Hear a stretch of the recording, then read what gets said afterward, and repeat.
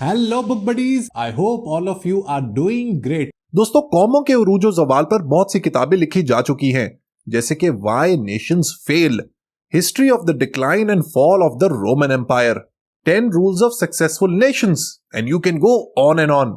इसी मौजू पर एक बहुत ही डिटेल्ड और बेहतरीन बुक लिखी थी पॉल केनेडी ने इन द ईयर 1987, जिसका टाइटल है the rise and fall of the great powers.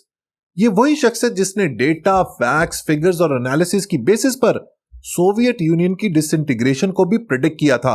इस किताब में उसने साल 1500 ईस्वी के बाद से पूरी कहानी सुनाई है, जिसको पढ़ के हमें अंदाजा होता है कि वो क्या रीजंस हैं, वो क्या फैक्टर्स हैं जिसकी वजह से कौमें उठती हैं और फिर जवाल का शिकार हो जाती हैं। दोस्तों, हिस्टोरियंस यानी कि मौर्रखीन 1500 ईस्वी को एक डिवाइड मानते हैं between modern and pre modern times.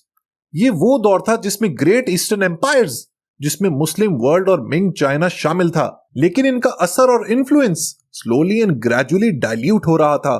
Although Mughal empire Indian subcontinent में अपना सर उठा रही थी, लेकिन वक्त ने काया यूरोप के फेवर में पलट दी थी। यूरोप ने पिछले कई 100 साल डार्क एजेस में गुजारे थे, जिसको जमाने जाहिलियत भी कहते हैं। आपस में लड़ते फिरते थे। कलीसा यानी चर्च का भरपूर कंट्रोल था लोगों के दिमागों के ऊपर।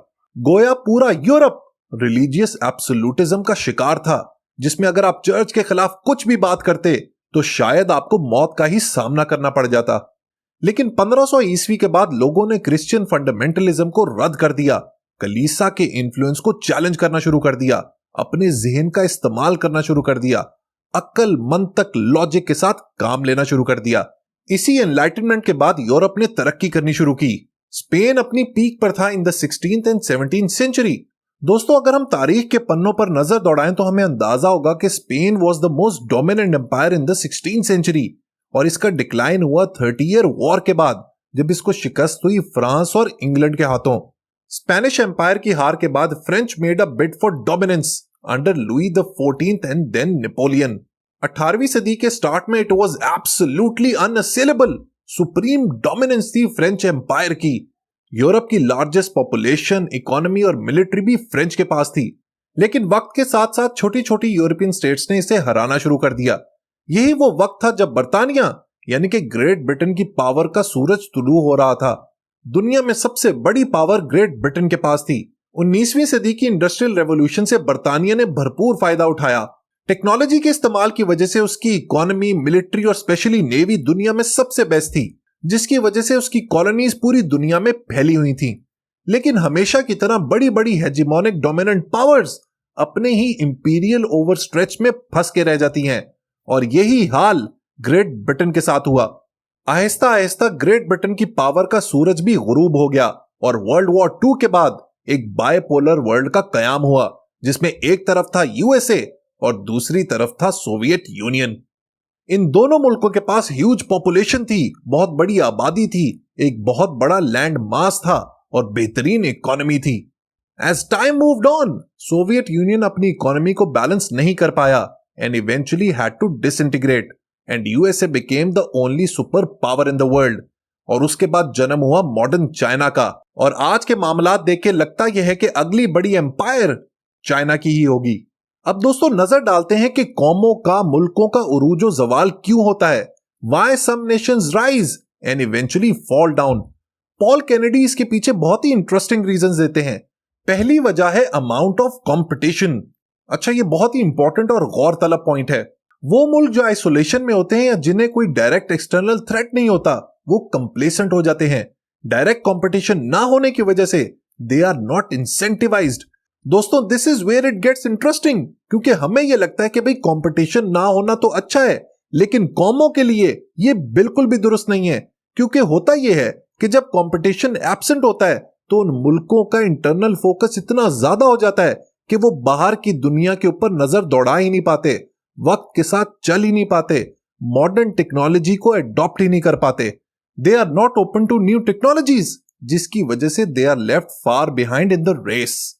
अगर आप 15वीं सदी के यूरोप को देखें तो ऑलमोस्ट हर मुल्क को खतरा रहता था अपने साथ वाली स्टेट से।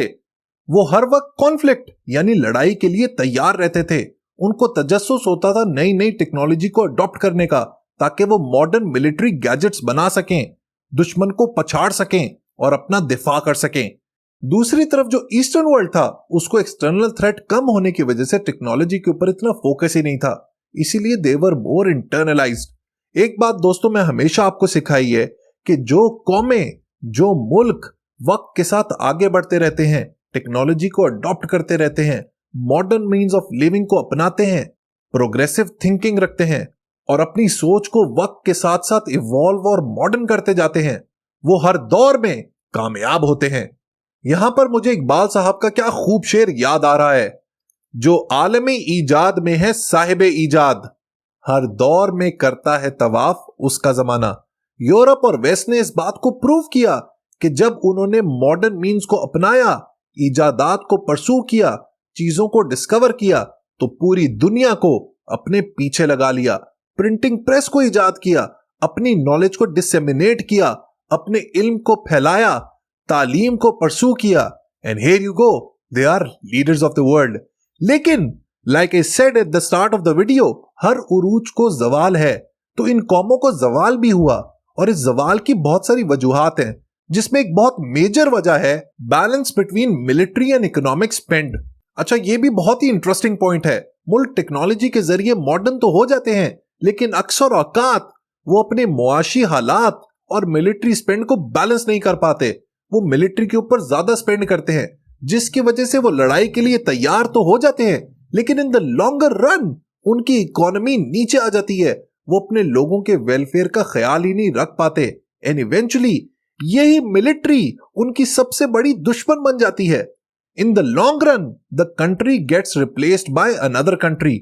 आप इतिहास को उठा के देख लें, हिस्ट्री को उठा के देख लें, बड़ी बड़ी कौमें, बड़े बड़े एम्पायर्स, इतना ज्यादा इंपीरियल ओवरस्ट्रेच, लेकिन आखिर में होता यही है कि सल्तनत इतनी ज्यादा फैल जाती है कि उसको गवर्न करना ऑलमोस्ट इम्पॉसिबल हो जाता है।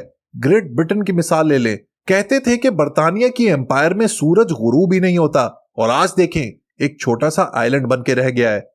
Same thing happened with the French, the Roman empire and the Soviet union.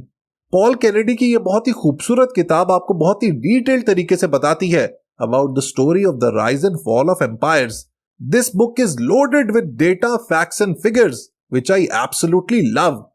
किताब वो एंड करता है in the year 1986 with the story of the probable decline of USA. लेकिन आज भी USA कायमो दायम है. Although it has lost wars in Iraq and Afghanistan, but it is still the only superpower in the world. लेकिन China उसके पीछे पीछे आ रहा है. अब देखना यह है कि in the modern century which country rises and which false.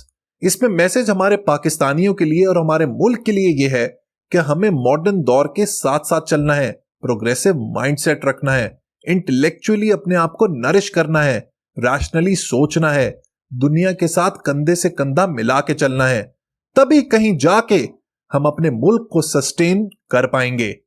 That is the message for today. Video पसंद आई हो तो लाइक बटन जरूर प्रेस कीजिएगा। Until next time, good bye.